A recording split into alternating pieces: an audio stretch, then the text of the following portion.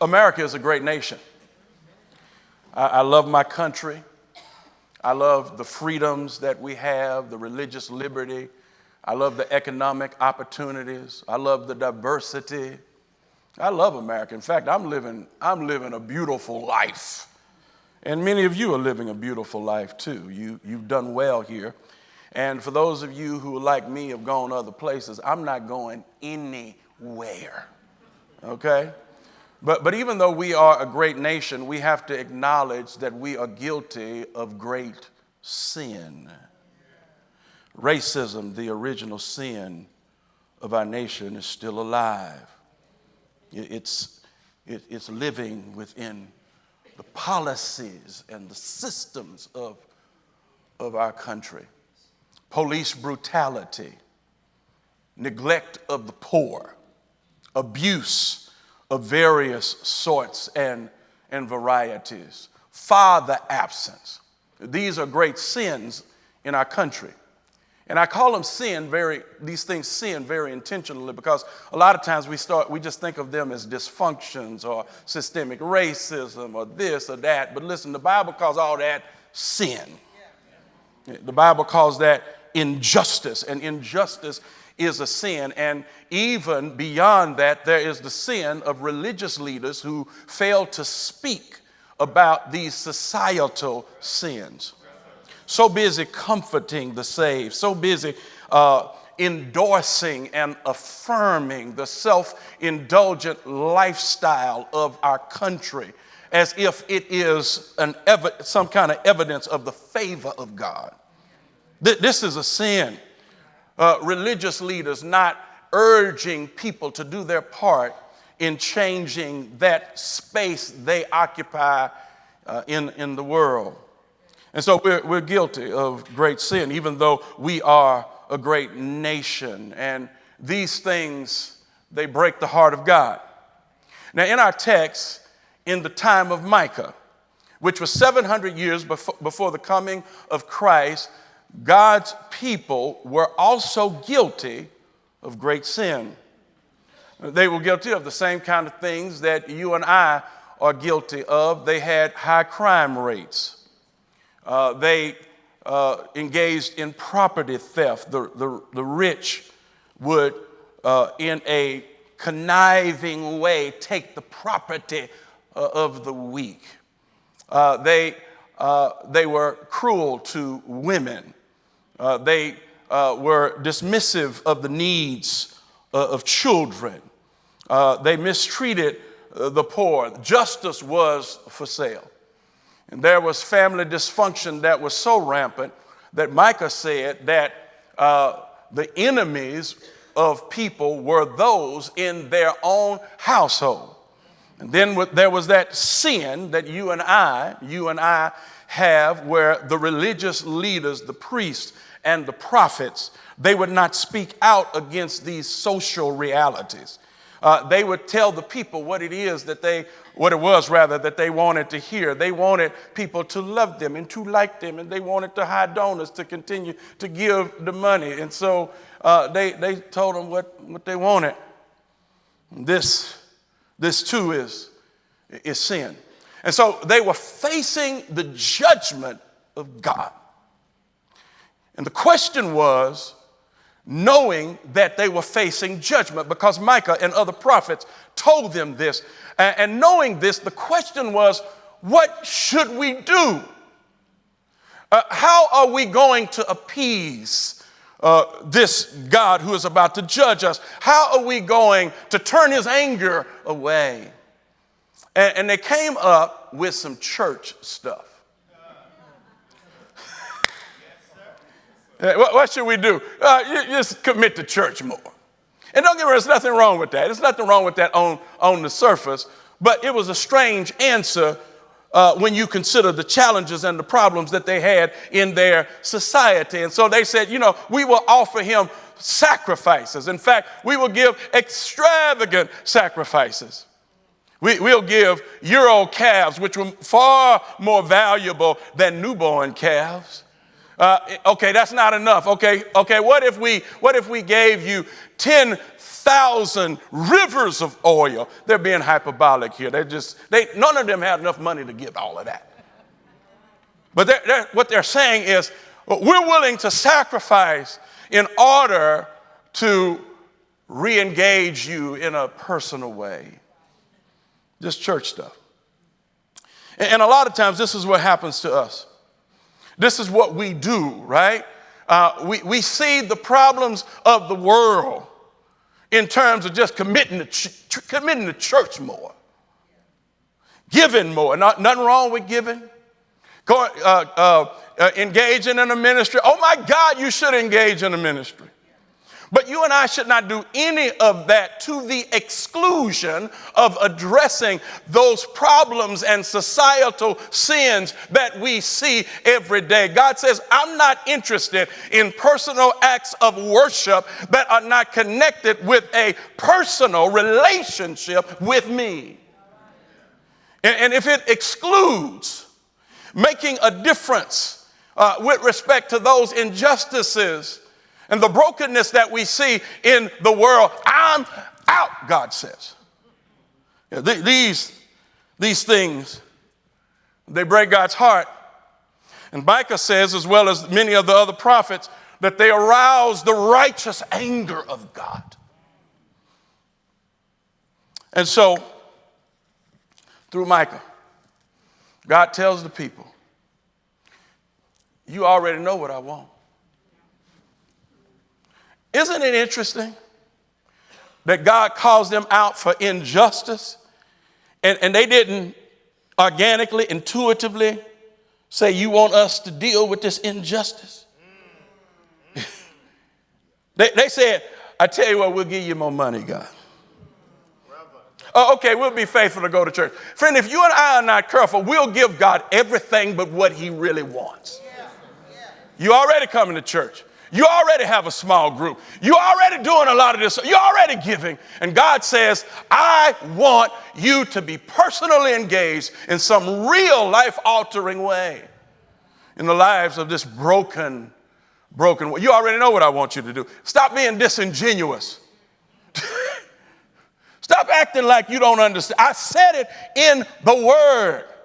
And even if you don't know the Word, you know from your moral conscience that I gave you that if you see pain, you ought to run to it because you have the image of God within you.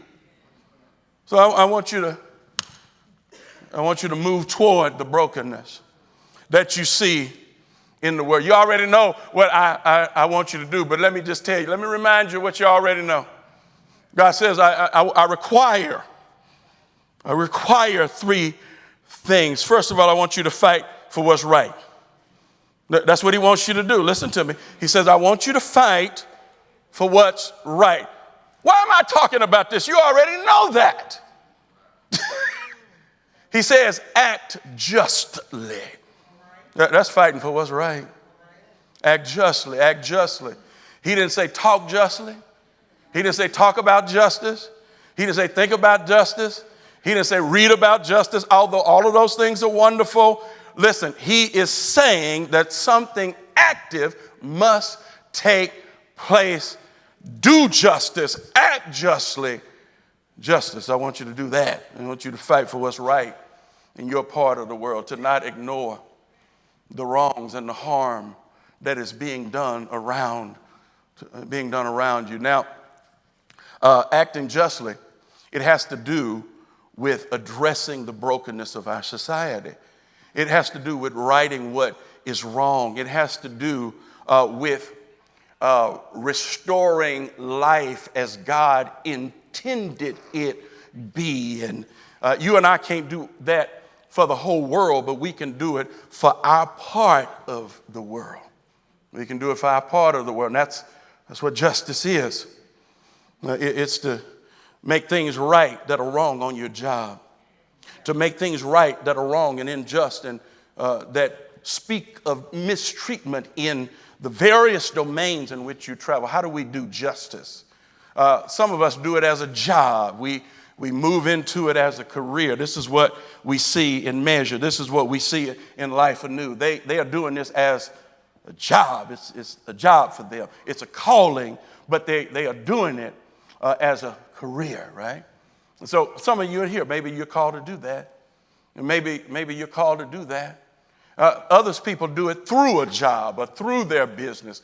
They ensure that through the profits and through the engagement of employees and community, that they are investing in those things that bring about those things that are just and right. We can do it through adopting a cause, having a quadrant of life where justice needs to be engaged through some specific cause, whether it's criminal justice or whether it's serving the homeless, a cause. And all of us, everybody say me. All of us are to do it in the normal traffic patterns of life. That when we encounter people who are being mistreated or harmed, we ought to do our part in making a difference in their lives. Let me ask you this: how are you fighting for justice? For whom are you fighting for what's right? What are you doing? Are you ignoring those opportunities in your life? Yeah, he says, I want you to act justly, not just to think well of justice. Heidi Armstrong says this. I want you to see it. Heidi Armstrong, listen to what she says. She says, we don't have the luxury of ignoring the needy, of being stewards of just us. No, we're called to be stewards of justice. Not just us, but just us. Yeah, I like that. It's our job to remember the poor and the powerless. It's our job to care for the little and the least and the last and the lost. Not just stewarding just us, taking care of just ourselves, but stewarding justice. He says, I want you to act justly. Then he says, even though you already know this and you're just acting like you don't know it, let me just tell you, I also want you to fall in love with love. I want you to fall in love with love. But you already know that. You know God has called us to love. God is love. And if we love, we come from God and have been born of it. You already know that. But God says, since we are prone to forget what we already know, here's what I want you to do. I want you to fall in love with love all over again. This term mercy, it comes from one of the most important Hebrew words in the Old Testament, this word hesed. And hesed has to do with specific acts of loving kindness. It has to do with making a covenant with love and a covenant to treat people in loving ways. And you don't do that just in a seasonal way. This is the way you do life. It specifically has to do with loving people at points of need, addressing their needs, whether those needs are physical or emotional or relational. Hesed is available for those who are in need. Now, love has many faces in daily life. Many faces. It has many faces. Love is acceptance. Love is compassion.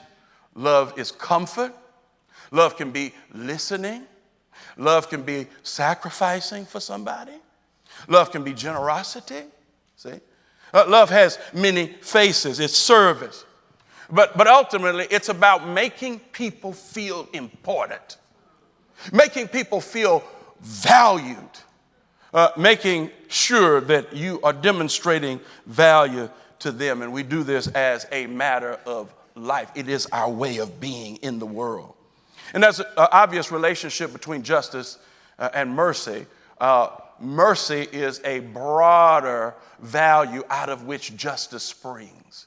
And so with respect to justice, you and I won't take advantage of people if we're walking in mercy. And so we will be compelled to move toward the weak as opposed to seeing how we can leverage their condition for something that is self-interested. You see. And so there's a relationship with justice. Bookmark this. Without mercy, we become friends with indifference. We become very friendly with indifference. And we become numb to justice.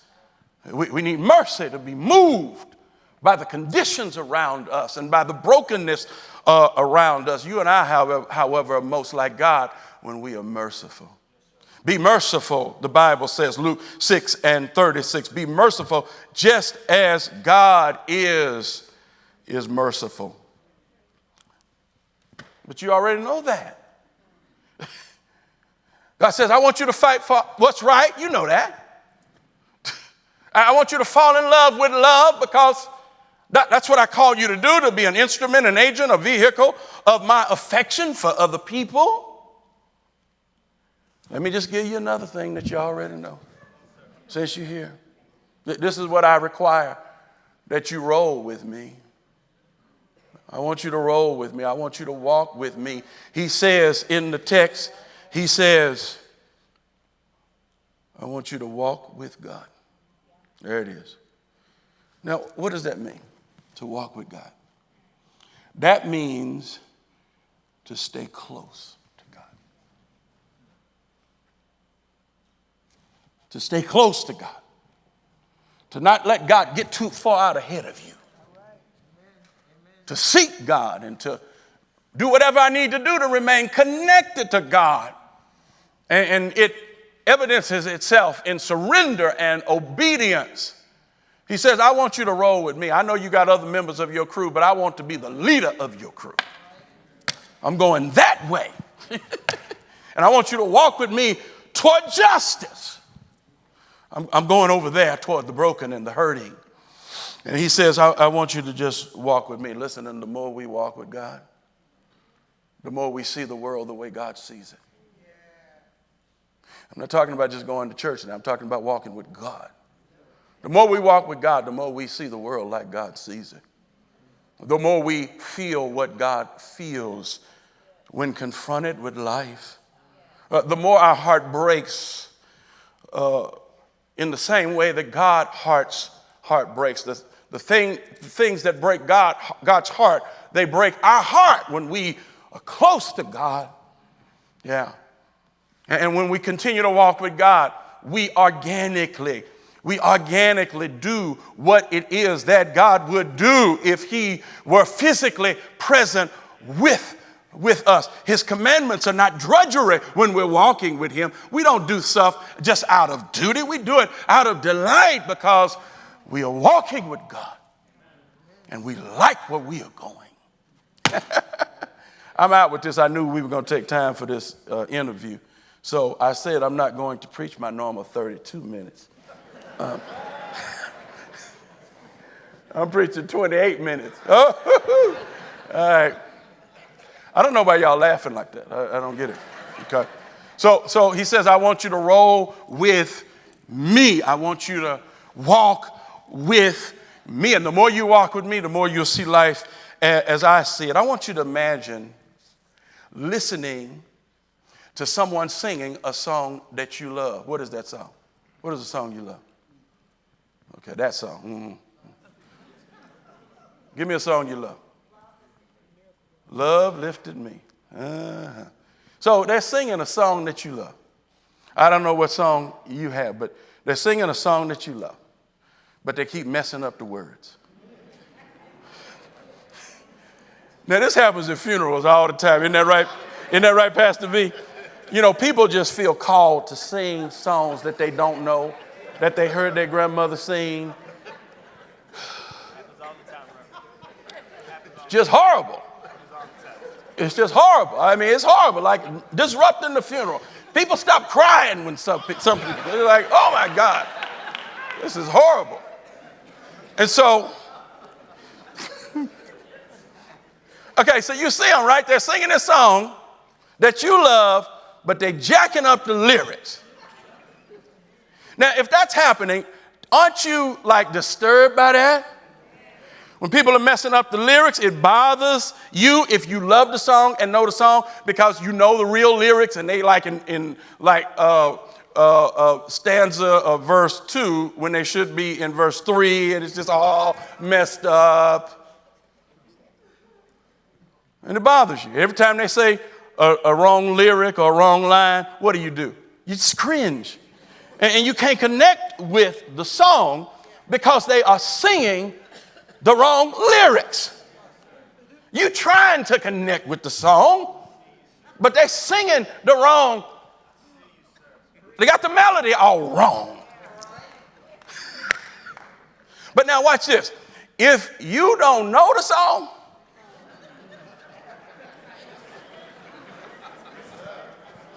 it don't even bother you. If they can actually sing, you'd be like, oh my God, that's such a beautiful song. It's wonderful. That's a great song. And in fact, you might like it so much that you'll leave wherever you are singing the song with the wrong words. And then later you'll be irritating somebody else who really do know the song. And you're thinking that it's okay to sing it like that because that's the way you heard it. And you assume that the person who sang it that didn't know it was right. And here you are messing other people's worship up by singing the song wrong.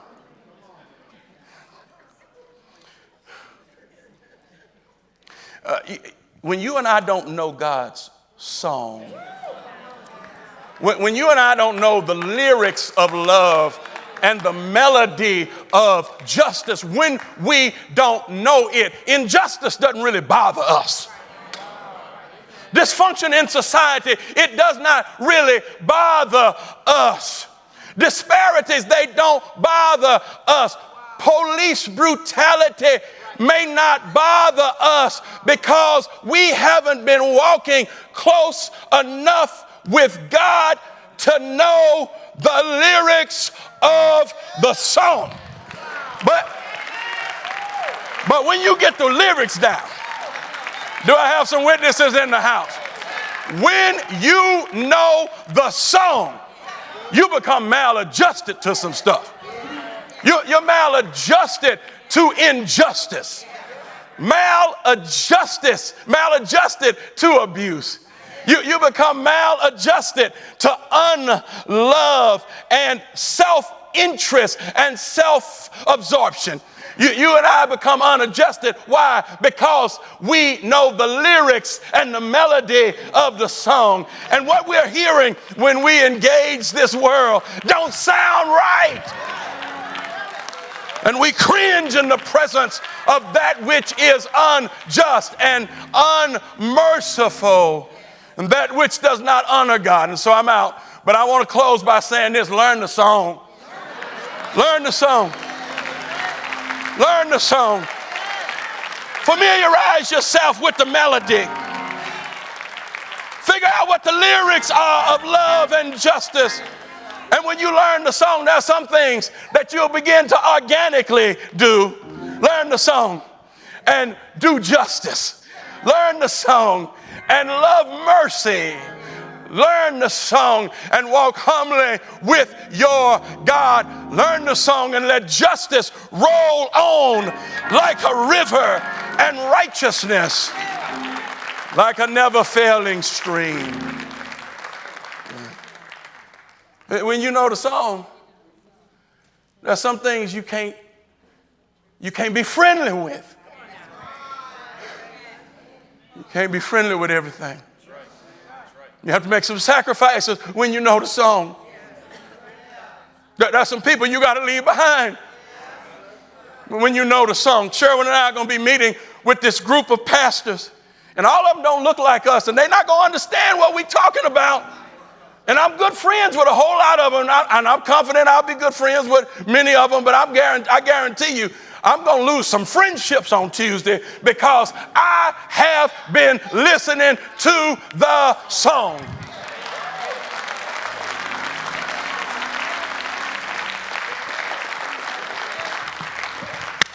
I know the words. If you know the words to the song, you ought to give him praise. Come on. Come on, you can do better than that. Give him praise. We hope you enjoyed the Greater Mount Zion broadcast. If you're in the Austin area, please join us for one of our Sunday worship services at 8:30 a.m. and 11 o'clock a.m. We are located at 4301 Tannehill Lane, Austin, Texas. Email us if you have questions or would like to share how these broadcasts have changed your life at info@gmzaustin.org. always remember, greater days are ahead at Greater Mount Zion.